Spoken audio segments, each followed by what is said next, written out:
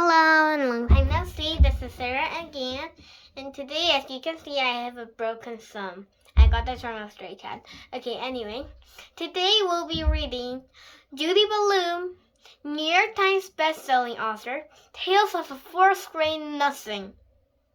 Okay, so I'll be reading chapter 1 and 2 today. There are total, let me find it. 5 chapters. So I'll be reading 2 chapters today, and I'll be reading 3 for the next video. Okay, let's start. The big winner. I won dribble at Jimmy Fargo's birthday party. All of the other guys got to take home goldfish in little plastic bags. I won him because I guessed there were 348 jelly beans in Miss Fargo's jar. Really, there were 423. She told us later. Still, my guess was closest.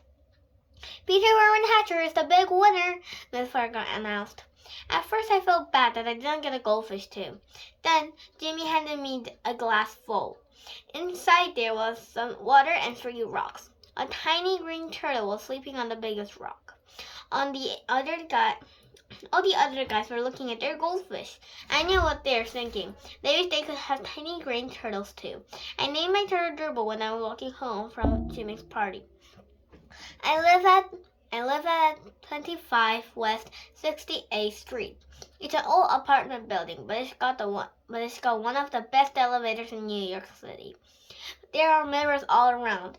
You can see yourself from every angle. There is a soft cushioned bench to sit on if you're too tired to stand. The elevator operator named Henry Belveheimer. He lets her call Henry because Belveheimer is hard to say. Our apartment building is on the 12th floor. But I don't know I have to tell Henry. He already knows. He knows everyone in the building. He's that smart. He also knows I'm 9 and in 1st grade. I should dribble, by the way. I want him at a birthday party, I said. Henry smiled. Your mother's going to be surprised. Henry was right. My mother was very surprised. Her mouth opened when I said, Just look at what I won at Jimmy Fargo's birthday party. I held up my tiny green turtle. I already named him, Dribble. Isn't that a great name for a turtle? My mother made a face. I don't like the way he smells, she said. What do you mean? I said. I put my nose right down close to him. I don't smell anything but turtle. So turtle smell like turtle, I thought. Well, he's supposed to. That's what he is. And I am not going to take care of him either, my mother added. Of course you're not, I told her. He's my turtle, and I'm the one who's going to take care of him. You're going to change his water and clean out his bowl and feed him and all of that, she said. Yeah, I said. And even more. I'm going to see to it that he's happy. This time my mother made a funny noise, like a groan. I went into my bedroom. I put Dribble on the top of my dresser. I tried to pet him and tell him he would be happy living with me, but it wasn't easy to pet a turtle. They are soft and furry and they don't lick you or anything. Still, I had my very own pet at last. Later, I sat down at the dinner table. My mother said, I smell turtle, Peter. I smell turtle. Peter, go and scrub your hands. Some people might think that my mom is my biggest problem. She doesn't like turtle and she's always telling me to scrub my hands. That doesn't mean just run them under the water. Scrub means I'm supposed to use soap and rub my hands together. Then I have to rinse and dry them. I ought to know by now. I have learned it enough. But my mother is my biggest problem. Neither is my father. He spent a lot of time watching commercials on TV. That's because he's in the advertising business. These days, his favorite commercial is about Juicy-O. He wrote it himself, and the president of Juicy-O company liked it so much, he sent my father a whole crate of Juicy-O for our family to drink. It tastes like a combination of oranges, pineapple, grapefruits, pears, and bananas. And if you want to know the truth, I get pretty sick drinking it. But Juicy-O isn't my biggest problem. My biggest problem is my brother, Furley Drexel Hatcher. He is 2.5 years old. Everybody calls him Fudge. I feel sorry for him. He's going to grow up with a name as Fudge. But I don't say a word. It's none of my business. Fudge is always in my way. He messes up everything he says. And when he gets mad, he throws himself flat on the floor and screams. And he kicks and he bangs his fist. The only time I really like him is when he is sleeping. He sucks his 4 fingers on his left hand and makes a slurpy noise. And Fudge is so dribble, he said, "Ooh, see?" And I said, "That's my turtle. Get in mine. You don't touch him." Fudge said, "No touch." Then he laughed like crazy. You following along? Oh, and the reason why I am showing you the book page like this, it's because you might not have this book, but you might want to read it. You might see the letters here. You can use a TV or something to read. Okay. Mr. and Mrs. Jufio. One night my father came home from the office all excited. He told Mr. and Mrs. Yavi were coming to New York. He's the president of Jufio Company. He lives in Chicago. I wondered if he'd bring my father another crate of Jufio. If he did, I'd probably be drinking for the rest of my life. Just thinking about it was enough to make my stomach hurt. He said he invited Mr. and Mrs. Yarby to stay with us. My mother wanted to know why they couldn't stay at a hotel like most people come to New York. My father said they could, but he didn't want them to. He said they'd be more comfortable staying with us. My mother said that was about the silliest thing she ever heard. But she fixed the Fudge's bedroom for our guests. She put on fancy sheets and a brand new blanket on the height of the bed. That's a sofa that opens up into a bed at night. It's in Fudge's room because Dad used to be our den. But before he was born, we watched TV in there, and lots of time Grandma slept over the height of the bed. Now we watch TV right in the living room, and Grandmother doesn't even sleep over very often. My mother moved Fudge's crib into my room. He's going to get a regular bed when he is 3, my mom says. There are a lot of reasons I don't like to sleep in the same room as Fudge. I found out that 2 months ago when my bedroom has been painted. I had to sleep in Fudge's room for 3 nights because the paint smell made me cough. For one thing, he talks in sleep. And if a person didn't know better, a person could get scared. Another thing, that slurping noise he makes. It's true that I like to hear him when I'm awake. But when I'm trying to fall asleep, I sing very quiet. When they complained about having to sleep with Fudge, my mother said, "It's just too nice, Peter." I sleep in the living room, I suggested, or on the chair, or on the sofa, or even a chair. No, my mom said, you will sleep in your bedroom, in your own bed. There was no point in arguing. My mom wasn't going to change her mind. She spent the day in the kitchen. She really cooked up a storm. She used so many pots and pans. Fudge didn't have any left being together. That's one of his favorite pastimes, banging pots and pans to each other. A person can get an awful headache listening to that racket. Right after lunch, my mother opened up the dinner table. We didn't have a separate dining room. When we have a company for dinner, we all eat one end of the living room. When Mom finished setting the table, she put a silver bowl filled with flowers right in the middle. I said, "Hey, Mom, it looks like you're expecting the president or something." Very funny, Peter, my mom answered. Sometimes my mom laughs like crazy at my jokes. Other times she spends not to get them. And then there are times when I know she gets them, but she doesn't seem to like them. This was one of those times, so I decided no more jokes until after dinner. I went to Jimmy Fargo's for the afternoon. I came home at 4 o'clock. I found my mom standing over the dining table mumbling. Freddy was on the floor playing with my father's socks. I'm not sure why he likes socks so much. If you give him a few pairs, he'll play quietly for an hour. I said, "Hi, Mom, I'm home."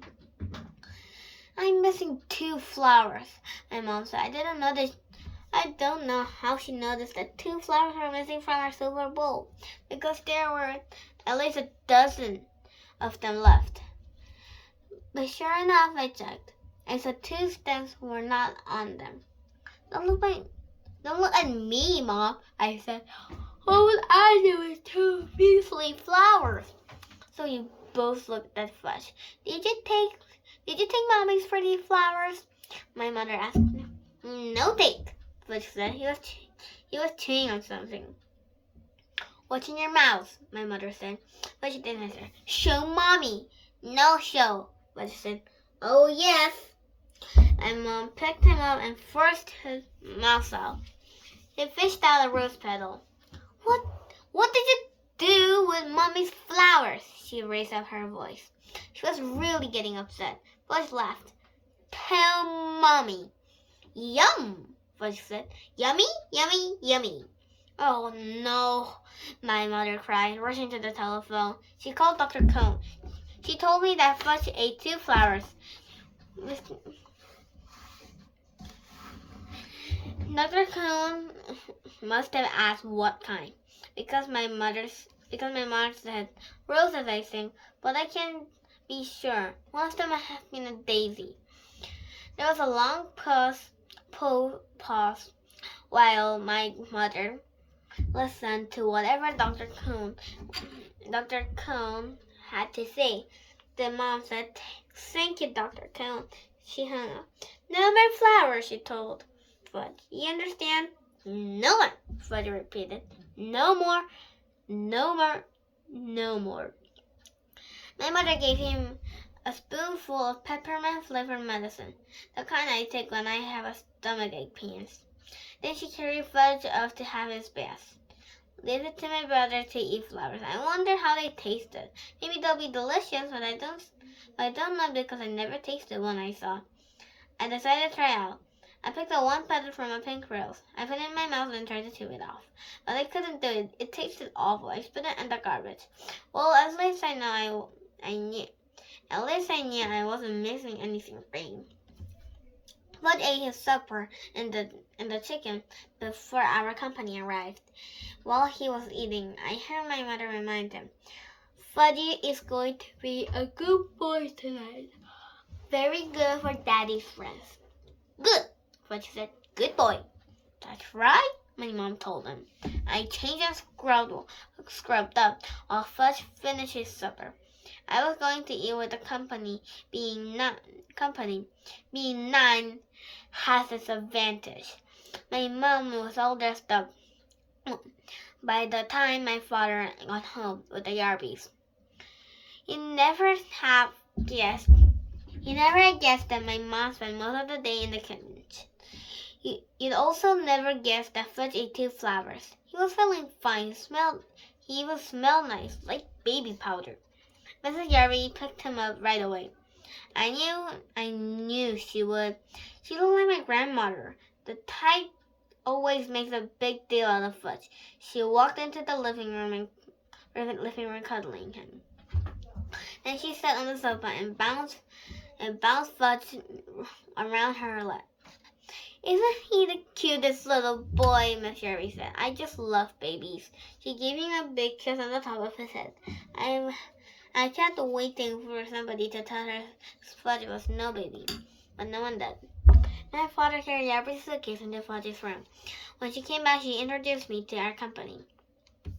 This This is our older son, Peter, he said to the Yarbies. I'm 9 and in 4th grade, I told him. How do, Peter? Mrs. Yarby said. Mrs. Yarby just gave me a nod. She was still busy with Fudge. I have a surprise for this dear little boy, she said. It's in my suitcase. Should I go get it? Yes, Fudge shouted. Go get it. Mrs. Yarby laughed, as it was the best joke she ever heard. I'll be right back, she told Fudge. She put him down and ran off to find her suitcase. She came back holding a present tied with red ribbon. Ooh, Fudge cried, opening his eyes big. Goody! Mrs. Yarby helped him unwrap his surprise. It was always a train that makes a lot of noise. Every time it bumped into something, it turned around and went the other way. Fudge liked it a lot. He liked anything that's noisy. I said, that's a nice train. Mrs. Yarby heard me. Oh, and I have something for you too,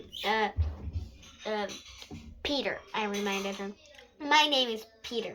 Yes, well, I will get it. Mrs. Yarby left the room again. This time she came back with a flat package. It was wrapped up, too. Red ribbon and all. He handed it to me. Fudge stopped playing with his train along to come over and see what I got. I took off the paper very carefully in case my mother wanted to save it. And also to show Mrs. Yarby that I am a lot more careful about things than my brother. I'm not sure she noticed. My present turned out to be a big picture dictionary, the kind I liked when I was about 4 years old. My old one is in Fudge's bookcase now. I don't know much about big boys, Miss Yarby said. So the lady in the store said a nice book would be a good idea. A nice book would have been a good idea, I thought. But a picture dictionary, that's for babies. I've had my own regular dictionary since I was 8. But then, I had to be polite. So I said, thank you very much. It's just always what I wanted. I'm so glad, Mr. Yarby said. He let out a long sigh and sat back on the sofa. My father offered Yarby a drink. Good idea. What'll it be? My father asked. What'll it be? Mr. Yarby repeated, laughing. What do you think, Hatcher? It'll be juicy. Oh, that's all we ever drink. Good for your health, Mr. Yarby pounded his chest. Of course, my father said, like he knew all along. Juicy O for everyone. My father told my mother. She went to the kitchen to get it. While my father and Mr. Yarby were discussing Juicy O, Fudge disappeared. Just as mother served everyone a glass of Mr. Yarby's favorite drink, he came back. He was carrying a book, my old worn-out picture dictionary, the same one the Yarbys just gave me. See, Fudge said, climbing onto Mrs. Yarby's lap. See book? I went to vanish. I think my mother and father died too. See book! Now Fudge held it up over his head. I can use another one, I explained. I really can. That old one is falling apart. I tried to laugh. It's returnable, Miss Yarby said. It's silly to keep it. You already have one, she sounded insulted. Like it wasn't my fault she had brought me something I already had. Mine! Fudge said. He closed the book and held it up tight against his chest. Mine! Mine! Mine! It's the thought that counts, my mother said. It was so nice of you to think of our boys. Then she turned to Fudge. Put the book away now, Fudgy. Isn't it Fudgy's bedtime? My father hinted. Oh, yes, I think it is, my mother said, scooping him up. Good night, Fudgy. Good night, Fudgy, my brother said, waving at us. Fudgy was supposed to fall asleep before we sat down to dinner. But just in case, my mother put on a million toys in his crib to keep him busy. I don't know who's my mother is trying. I don't know who my mother thought she was fooling. Because we know the fudge can climb out of his crib any old time he wants to. He stayed away until we were in the middle of our roast beef. Then he came, holding Dribble's bowl. He walked right to Mrs. Yarby. He said she was her new friend. See, she said, holding Dribble under her nose. See, Dribble. Mrs. Yarby shrieked, ugh! I can't stand reptiles! Get this thing away from me! Fudgy looked disappointed. So he showed Dribble to Mr. Yarby. See, he said. Hatcher! Mr. Yarby boomed. Make him get that thing out of here. I wonder why Mr. Yarby called my father Hatcher. He didn't know his first name was Warren. I didn't like the way Mr. and Mrs. Yarby both called Dribble a thing. I jumped up. Give it to me, I told Fish. I took Dribble and his bowl, and I marched into my room. I inspected my turtle all over. He seemed all right. I didn't want to make a big scene in front of our company, but I was mad. I really mean mad. That kid knows he's not allowed to touch my turtle. Peter, my father called, come and finish your dinner. When I got back to the table, I heard Mrs. Jarvis say, it must be interesting to have children. We never had any ourselves. But if we did, Mr. Yarby told my father, we'd teach them some manners. I'm a first believer in old-fashioned good manners. So you're Howard, my father said in a weak voice. I thought Mr. Yarby had a lot of nerves to hint that we had no manners. Didn't I pretend to like their dumb old picture dictionary? If that isn't good manners, then I don't know what it is. My mother excused herself and carried Fudge again. I hope she told him to keep his hands off my things. We didn't hear from him until dessert. Just as my mother was pouring the coffee, he ran in wearing in my rubber gorilla mask from last Halloween. It's a very real-looking mask. That's why Mrs. Yarby screamed so loud. She didn't have much noise. My mother probably would have spilled the coffee all over the floor. My father grabbed Fudge and pulled the gorilla mask off him. That's not funny, Fudge, he said. Funny? Fudge laughed. Funny, Fudgy. Yes, sir, Hatcher, Mr. Yarby said. Old-fashioned manners. By that time, I'm sure my father was sorry the Yarbys weren't staying in the hotel. I finally got to bed at 10. Fudge was in his crib slurping away. I said I'll never fall asleep, but I guess I did. I woke up once when Fudge started blabbing. He said, boom bum bum bum pava she, whatever that means. I didn't even get scared. I whispered, shut up, and he did. Early that morning, I felt something funny on my arm. At first, I didn't wake up. I just thought it was a little tickle. I thought it was a part of my dream. But then I thought that the feeling somebody was staring at me, so I opened my eyes. Fudge was standing over me and Dribble was crawling all around my arm. I guess Fudge could tell I was about ready to kill him because he bent down and kissed me. That's what he does when my mother is angry at him. He thinks nobody can resist him when he's making him so lovable. And a lot of times it works when my mother, but not when me. I jumped up and put Dribble back into his bowl and smacked Fudge on the backside. Hard, he hollered. My father came running into my room. He was still in his pajamas. He whispered, "What is going on here?" I pointed to the fudge and he pointed at me. My father picked up my brother and carried him. "Go back to sleep, Peter," he said. "It's only 6 o'clock in the morning." I fell asleep for another hour. Then I woke up with an awful sound. It was Fudge playing with his new train. It woke up everybody, including the Yarbies. But this time there was nobody they could blame. They were ones who gave Fudge the train in the first place. Breakfast was a very quiet affair. Nobody had much to say. Mr. drank 2 glasses of juicy oat. Then he told my father that he and Mrs. Yarby had their suitcases packed. They were leaving for a hotel as soon as breakfast was over. My father said he understood that the apartment was too small for many people. My mother didn't say anything.